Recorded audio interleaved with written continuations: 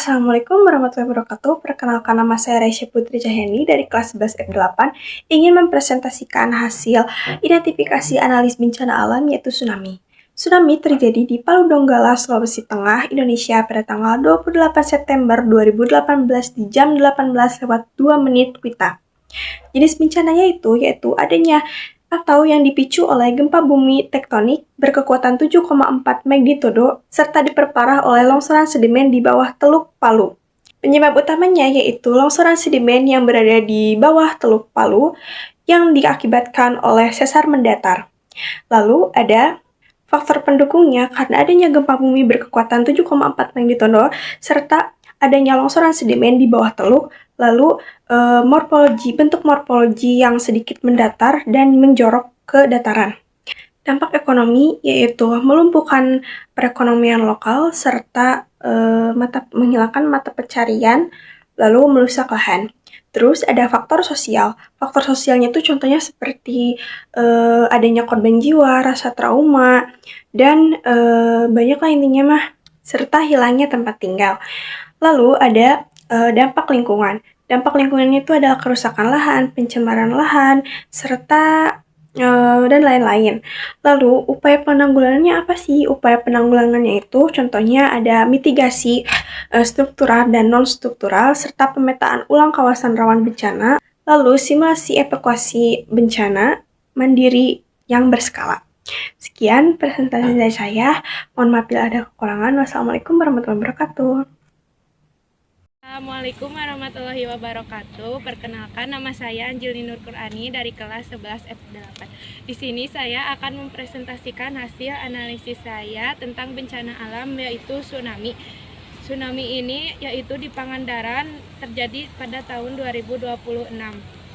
Lokasi tsunami ini terjadi di pesisir Jawa Barat dan pesisir Jawa Tengah yaitu Cilacap, Kebumen, dan Yogyakarta.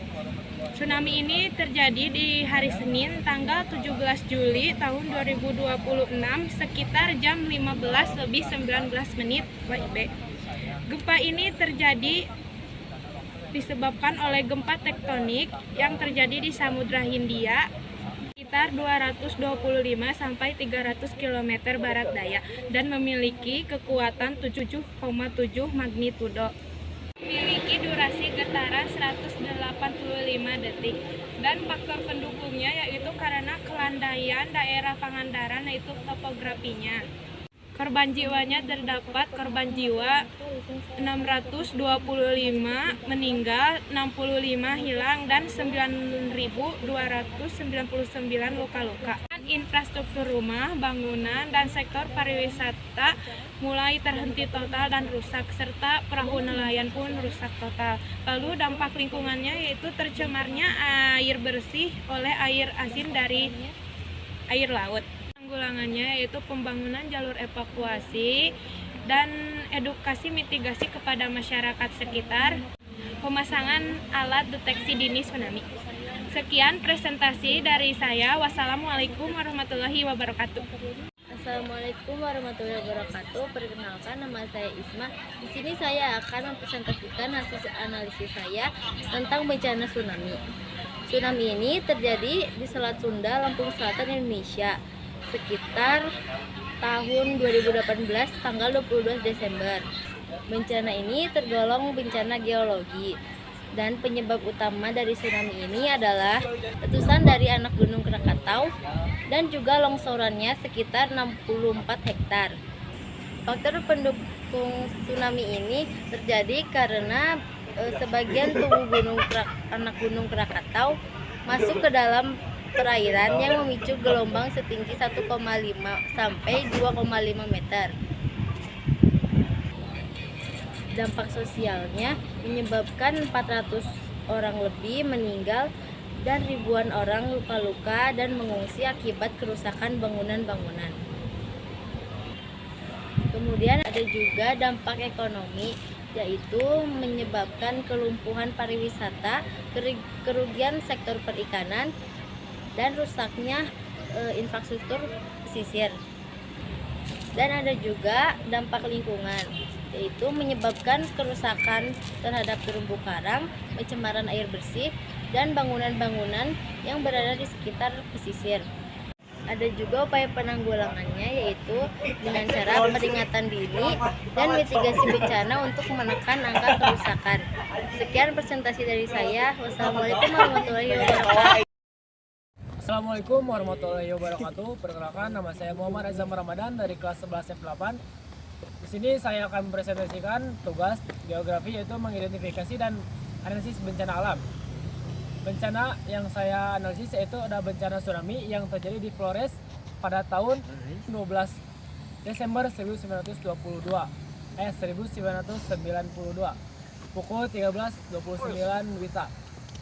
Jenis bencana ini yaitu jenis bencana geologi yang disebabkan, itu penyebab utamanya gempa bumi berkekuatan 7,8 skala Richter. Adapun faktor pendukung yang menyebabkan bencana ini yaitu kombinasi dari aktivitas yang tinggi dan kondisi geologis bawah laut.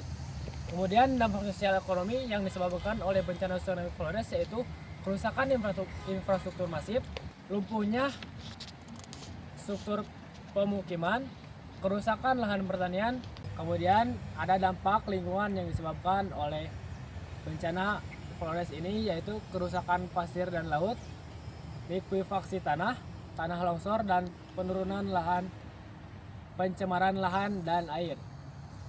Kemudian ada upaya penanggulangan yang dilakukan dari dampak tsunami tersebut, yaitu difokuskan pada mitigasi struktural dan non struktural.